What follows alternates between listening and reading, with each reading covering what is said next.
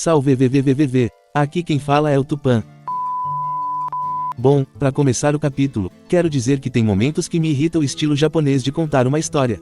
Tipo, em que mundo, todas as pessoas ficam paradas encarando uma bomba prestes a explodir.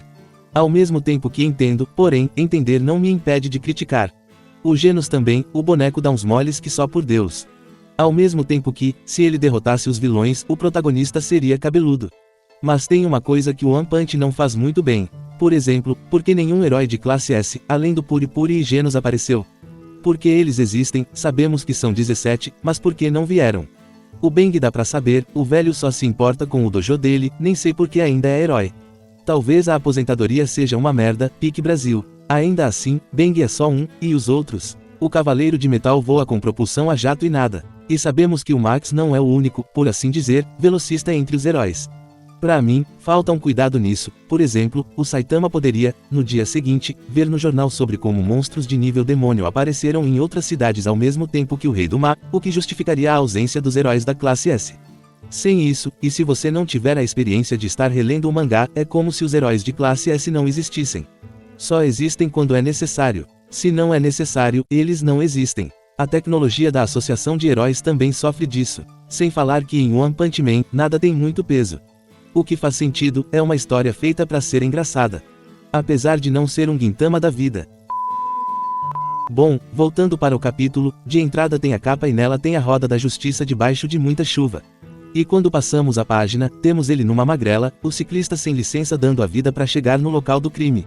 Ele fala no celular com um informante da associação de heróis. Inclusive, esse celular está pegando debaixo dessa chuva, é a maior mentira desse capítulo. Bom, de qualquer forma, o ciclista recebe as coordenadas e só sai como louco, pedalando em pé para ser mais rápido. Na loucura, ele deixa o celular cair. E já era, certo? Errado. O celular continua inteiro. Se já não fosse absurdo o suficiente, Saitama surge vindo do nada e recupera o celular. Saitama, como qualquer curioso, ele pega o celular e não diz nada. Ele fica só ouvindo o outro lado chamando pelo ciclista e alertando que ele não vai ajudar em nada. Até que o cara diz que um herói de classe S foi derrotado.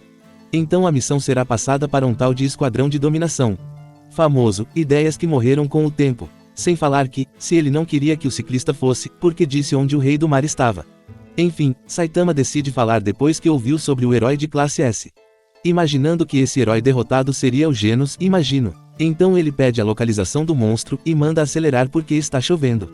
O informante, depois de saber que era o Saitama, ele para e pensa uns 2 segundos. Ele comenta sobre como o passado sem histórico do Saitama está gerando boatos negativos sobre o careca. Aí ele pensa de forma genial. Não existe um momento melhor que esse, mandarei o número 2 da classe C enfrentar um monstro que já derrubou um classe S pra testar e ver qual é a desse cara. A segurança de quem sabe que ninguém morre em One Punch Man. Dito isso, tem 2 coisas pra dizer, e segunda, acho que vai aparecer no futuro, mas não tenho certeza. E outra, tipo assim, a associação de heróis ter dúvidas sobre a força do Saitama é um bagulho muito absurdo. Novamente, eu entendo que a história é sobre isso, sobre como o Saitama é absurdamente forte e as pessoas vão descobrir isso com o passar do tempo. Até aí ok, mas estamos falando de uma organização milionária com uma tecnologia extremamente avançada. Se tivesse feito uma sociedade com uma tecnologia mais humilde, aí beleza. Mas me mete robôs, ciborgues e não existe um robô feito exclusivamente para testar a força dos heróis. Os testes para se tornar um herói são muito arcaicos se você parar para refletir sobre o mundo altamente tecnológico. Para resumir, o One Punch Man é uma história mal planejada. E verdade seja dita, no Brasil, inconsistências no meio são mais bem aceitas que no final. Se o final tem uma mensagem linda, mas é inconsistente, aí já era. O responsável será amaldiçoado até a 7ª geração, mas no meio assim, passa fácil. Mas enfim, a única forma de testar é em combate e como ninguém morre mesmo, não tem pra que se segurar. Então temos o Saitama indo na direção do abrigo, um pouco mais atrasado, porém ele é super rápido. Então já sabemos, a mão invisível vai mexer os seus pauzinhos. Também temos o sem licença que foi de bicicleta. E o mais avançado de todos, ainda é o Genos. Dito isso, voltamos para o abrigo e de cara, já vemos o garoto a jato indo de cidade de São Paulo. Porém, ele é um ciborgue e mesmo que não fosse, ele certamente está vivo. A situação toda destrói a moral dos heróis, mas o Snack tenta trazer eles de volta. Ele coloca a culpa na impaciência do herói, então combina um ataque em conjunto. Mas obviamente, isso era só um sonho louco. O Rei do Mar lança pedras formadas pelos escombros do abrigo contra os heróis e derruba facilmente o Todo Negro e o Homem Zumbido, que viram estatísticas em segundos, porém, o Snack não. No segundo seguinte, o Rei do Mar tentou finalizar o herói com um soco, mas Snack desviou no limite. Ele até ficou feliz, naturalmente, como um classe A, ele possui uma reação melhor que heróis de classe B e C. Mas a alegria dele durou os segundos que o seu pensamento feliz durou. Ainda no ar, ele recebeu um soco e foi apregado na parede do abrigo. E veja bem, esse cara está vivo. Bom, enquanto o Rei do Mar tenta aterrorizar os civis, Genos surge no que parece ser um buraco no topo do abrigo. Pensei que fosse um buraco mesmo, mas não poderia ser o que o Rei do Mar abriu. É um círculo perfeito, mas na cena seguinte, podemos ver cacos de vidro. Isso quer dizer que o abrigo possui janelas. Janelas facilmente quebráveis. Tem noção no absurdo que é isso? O que o pessoal desviou de dinheiro na construção desse abrigo é sacanagem. Como você faz um abrigo para defender bombas com janelas de vidro? É absurdo como nesse mundo, ninguém se importa com os civis realmente, né? É absurdo ter janelas no abrigo. Nada mais que loucura. Bom, até aí, tudo está indo bem. Os civis nem tiveram tempo de fugir, os heróis foram derrotados muito rápido. E para completar, Genos chega no maior estilo, pousa no estilo super-herói Blau. Ele acerta um tapa poderoso no Rei do Mar e, achando pouco, explode a queima-roupa ao seu canhão de mão. Depois de um brilho intenso, uma explosão expulsa o Rei do Mar do abrigo.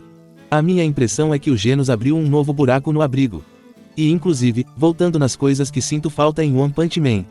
Tipo assim, como isso não se torna um tema dentro da história.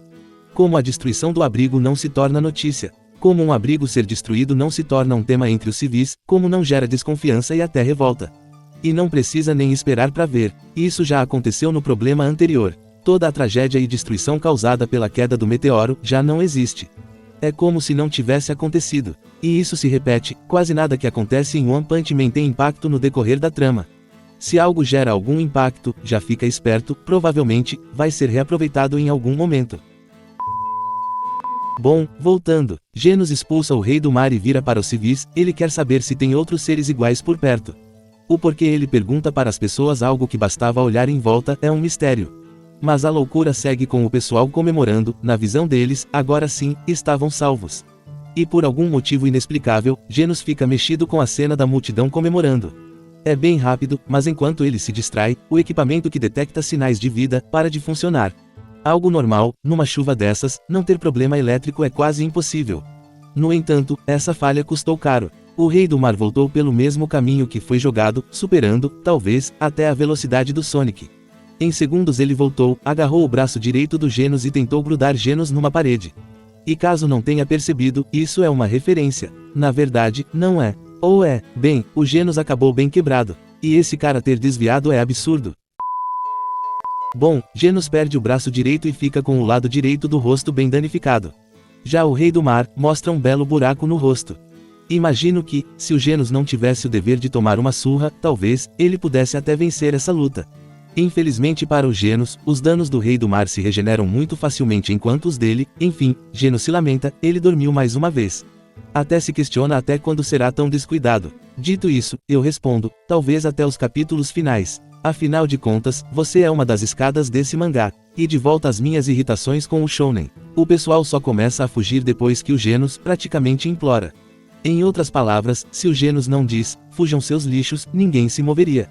Então temos, finalmente, a fuga dos civis. Mas o Rei do Mar não iria deixar ser fácil. E claro, Genos também não ficaria parado. Ele avança numa tentativa de manter o Rei do Mar ocupado. Infelizmente para o ciborgue, os danos no seu corpo foram muito caros. Então apesar de parecer algo equilibrado, o ciborgue está passando mó veneno.